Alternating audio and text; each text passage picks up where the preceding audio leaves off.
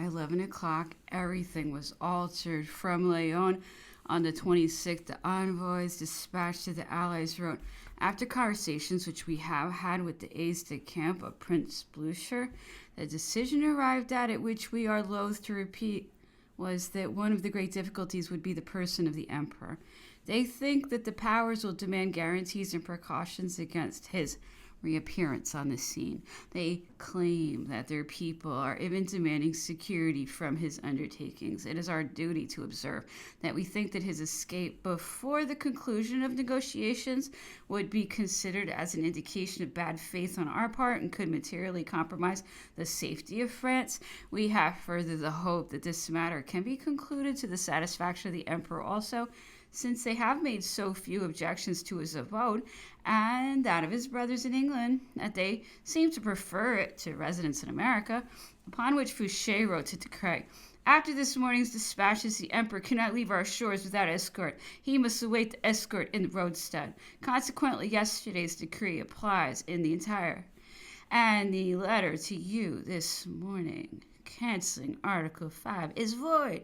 At noon, Fouché determined upon a fresh letter. Napoleon Bonaparte, he wrote, will remain in the roadstead of the island of Aix until the arrival of passports. It is essential to the welfare of the state, to which we know he is not indifferent, that he remains until his fate and that of his family has been definitely decided upon. All means will be taken to render this decision satisfactory to him. The reputation of France depends upon it, but while waiting, all necessary precautions must be taken both for the personal safety of Napoleon and that he shall not leave the place assigned to him. He ordered Becker to make known this decision to His Majesty and to observe to His Majesty that circumstances have become so urgent that it is essential that he should return to the Isle of Aix. Failure by the emperor to carry out these instructions would necessitate that most vigilant supervision lest he should leave Malmaison. All the avenues leading from the palace must be guarded. I repeat, General, that this decision has been made solely in the interest of the state and the personal safety of the emperor. Its immediate execution is necessary. The future of His Majesty and his family depends upon it. To remove him from the neighborhood of Paris, where his presence might upset the plans of Fouché, to imprison him on board a vessel, a sailing prison from which he could never think of escaping, to hesitate more or less to free him. Such was the whole plan of the members of the government commission. If there existed any doubt regarding the generosity of their behavior, necessity would be proved by way of a rejoinder. Blucher's aides-de-camp were not deceived by the Allies' intentions on the same day, the 26th, upon which they had held that conversation. Mannheim, Metternich, and Nesselrode, writing to Napoleon, informed him as follows: the three sovereigns regard as a preliminary and necessary condition of complete peace and a true sense of tranquility, that Napoleon Bonaparte be effectively prevented henceforth from disturbing the peace of France in Europe. After the happenings of last March, the powers must demand his custody. What should they do with him? They did not know and hesitated. Lord Liverpool said, hand him over to the King of France, who, upon the mere proof of identity, will have him shot. Hang him, said Blucher. For shame, replied Wellington. Does it become such men as us, who have played such a prominent part in this affair, to become executioners? If the sovereigns, he added, want to put him to death, let them find an executioner. It will not be I. The opinion of Wellington and his decision did him credit, but would his advice prevail? Envoys appointed by Fouché to negotiate at the armistice did not appear disturbed by it.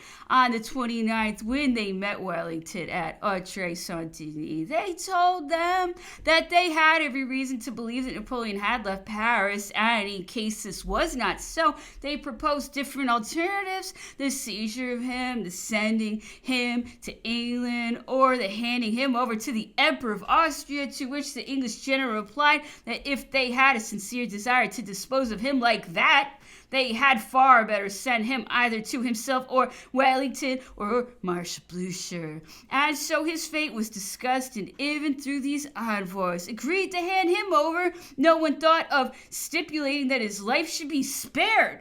They were satisfied, like the dictum of Pozzo di Borgo, with the assurance that he would be treated like a prisoner of war. prisoner of war of the Allies, but as Lord Liverpool had to explain very frankly, the Allies could not but send him back to his proper judge, the King of France. The government commission did not exactly consider this contingency, and it might have opposed its realization, for if Napoleon's head fell, how many other heads would be in danger? With this exception, it showed itself in concurrence. For the present, it agreed to find his presence at Malmaison a detriment to his prestige, dangerous to his plans, perilous for himself, who might be killed or captured by Blucher's scouts, so that in order to make Malmaison secure from a coup de main, unless this might frighten the emperor, it commanded Becker to burn the Chateau Bridge. It wanted him to go, but it refused to have resort to Article 5 of the decree, the 26th, and Napoleon, for his part, was resolutely resolved not to leave Malmaison until this article had been declared null. In vain had he sent his aide-de-camp, General Flahaut, on the morning of the 28th of the commission to request that the frigates be put to sea without waiting for the escorts. Flahaut did not prevail upon Davout, who, adopting a superior attitude, threatened to have the emperor arrested, to arrest him himself if he did not go immediately. Flahaut, tearing off his epaulettes and throwing them on the floor with his resignation, went with all speed to report to Malmaison. At 1 p.m., Joseph wrote to Count Brullier, secretary of the commission, in the most pressing terms to beg the dispatch of the commission's order for the departure of the 2 frigates which are at Rochefort. In the event of the order not being signed, will you be so good, he said, as to bring the notice of the Duke of Otranto-Fouché and of the members of the commission, the situation of the emperor, and the necessity of a speedy decision? Brullier returned a procrastinating reply, Prince Écumeur, although he might have said something, that's Davout, hesitated to take the side of the emperor. It was better to wait. Why? Perhaps because of this news. Since June 27th, wrote Bonafou from Rochefort, the English cruiser has so closely approached the coast that it is well nigh impossible for the frigates to get started. That settled everything. Napoleon would not be handed over, but as he would not be able to leave Rochefort, he would have to give himself up, and that would allow the members of the government to assert that they had nothing to do with it. On the evening of the 28th, the commission repealed this Article 5. Consequently, wrote Fouché de Decrès, the frigates have been put at the disposal of Napoleon. Nothing now hinders his departure. The interests of the state and his own well-being urgently demand that he should depart immediately. After receiving notifications, which you will give to him of our decision, Count Merlin was appointed with Decrès for this mission. It is imperative, added Fouché, that you set out for Malmaison with Monsieur Merlin. Upon the receipt of this order, Count Merlin is just off to find you. Count Merlin having rendered himself invisible, it was Boulet de la Meurthe who accompanied Decrès. They arrived at Malmaison at the break of day on the 29th and were immediately received. The emperor announced that he would leave during the day. Was he sincere? Since the Battle of Waterloo, since the 5 awful days which followed the defeat, nearly a week had passed. The physical and moral depression which he had undergone had departed, and he was again complete master of himself. He had proved the indecision, the aimlessness of the second-rate actors who had taken his place, and who were unable to admit either that they were so foolish as to believe the speeches of the Allied sovereigns, or that they were so ignorant as to hand over to the Bourbons in return for vague promises. The army in France, not reckoning that certain of them flattered themselves with becoming in the imminent revolution indispensable arbitrators and conciliators, Napoleon did not expect that in the dire peril in which the nation found itself, a breath of patriotism would pervade men like Carnot, Quinet, and Fouché, or like Caulaincourt and Grenier, who had insistently served the revolution, should they not come to him as to a liberator. And should they not, with the unanimous approval of citizens and soldiers, hand over to him the supreme command? Immediately after his abdication, he was sincere in his plan for leaving for the United States. He was sincere when he demanded English passports and was engaged upon the necessary furnishing of a town and country residence. But was he as sincere when, in order to avoid or to delay his departure, he had used an excuse, the fulfillment or the nullity of Article 5? It only required an opportunity to present itself, and he would have been ready to take advantage of it, and only he could have done so. Now the moment had arrived. The Prussian army hurried on by the furious speed of Blucher was separated from the English, and though both were more than tried than the French, the latter remobilized around Paris. Incredible numbers formed a body whose loyalty was unimpaired, whose courage was unbroken, and who, not without some truth, attributed its defeats to treason. At the head of this army, elated by his presence, he would destroy Blucher and Wellington, one after the other. I can still, he said, crush the enemy and give the government time to negotiate with the powers. He drew up his maps according to the information furnished by Lavalette, by Murray, by Joseph, by numerous others. For there still remained some Frenchmen. He was ready. He felt within himself the ability and the determination to conquer. War was his expedient, and he was its genius. He had Becker summoned, and in front of Madame and Fache, who had come to bid him farewell, he begged him to go to Paris to the commission and request on his behalf the command of the army, not as emperor, but as a general whose name and reputation could still exercise a great influence on the fate of Europe. After having conquered the enemy, he promised to return to the United States to work out his destiny. The emperor had counted upon the loyalty of Fouché. "Is he laughing at us?" replied Fouché to Becker. "And don't we know how he would keep his promises if they were acceptable? Why," he added, "are you charged with such a mission when you ought to urge the emperor to hasten his departure in the interest of his personal safety?"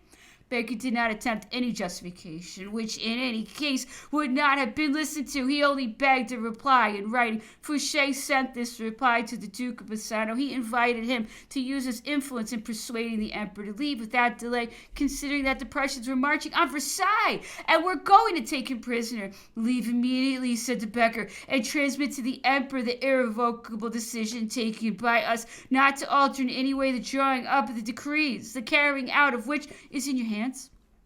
Becker returned to Malmaison. Everything therefore told war and the return to the campaign. Napoleon had no doubt of salvation being accepted, provided it was from his hands, at the direction of Bassano. He took the letter from Becker. "These people," he merely said, "do not understand the state of public opinion in turning down my proposals. They will regret it. Give the orders for my departure. When they have been carried out, come and inform me." The executive commission had assumed that the emperor would leave alone with Becker, who had acted as a secretary, and that one servant would accompany him. For what purpose? The incognito! To avert popular feeling on his journey, or to put him at the mercy of any disturbance, to help him cross to America, or to deliver him more easily to the English. If several people wished to rejoin him, then the commission did not seem to be able to prevent them. But it had not foreseen that apart from certain men whom devotion would carry away, there were numerous others who would consider themselves seriously compromised with the royal government and would share the fate of the emperor and refuse to be separated from him. Upon the return of Becker, Grand Marshal Bertrand sent an officer from Malmaison to the prefect of police, bearing a letter demanding at Rochefort passports for 6 generals, 2 colonels, 6 squadron leaders or captains, for Chamberlain Lescazes and his son, the page Frederic, said Caterina, secretary, a doctor, 2 stewards, 1 officer, and 7 servants. Others were to follow in like number, with several unexpected additions, and it was difficult to explain how they came to be included. 2 women,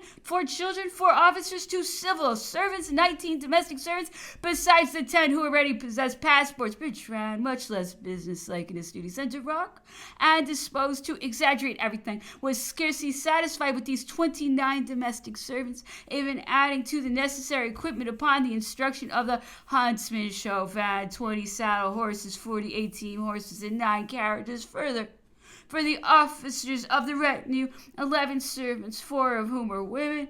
In all, nearly 100 souls. Again, Napoleon would gladly have taken certain professors, and after giving up Monge, who was too old, he had taken steps to persuade Bonpland, the naturalist, traveler, and planner of Josephine's gardens, to accompany him. A retinue such as this indicated an ostentatious, almost imperial departure, and precluded all idea of a secret crossing. Here was a following which could not be embarked without loading the frigates to a point which rendered them almost unseaworthy and entirely unable to fight. Here were men who clung to the emperor like shipwrecked men to a buoy. No one would dare to kill him, and they would save themselves along with him. Here were women and children whom one would not have willingly exposed to danger. What is one to think? Either Napoleon was relying on the British passports to make for the United States, or in default of his passports, he reckoned on being treated by the British as they had treated Lucien, and so he would live in a castle at the gate of a town, would receive whomsoever he liked, would go practically where he pleased,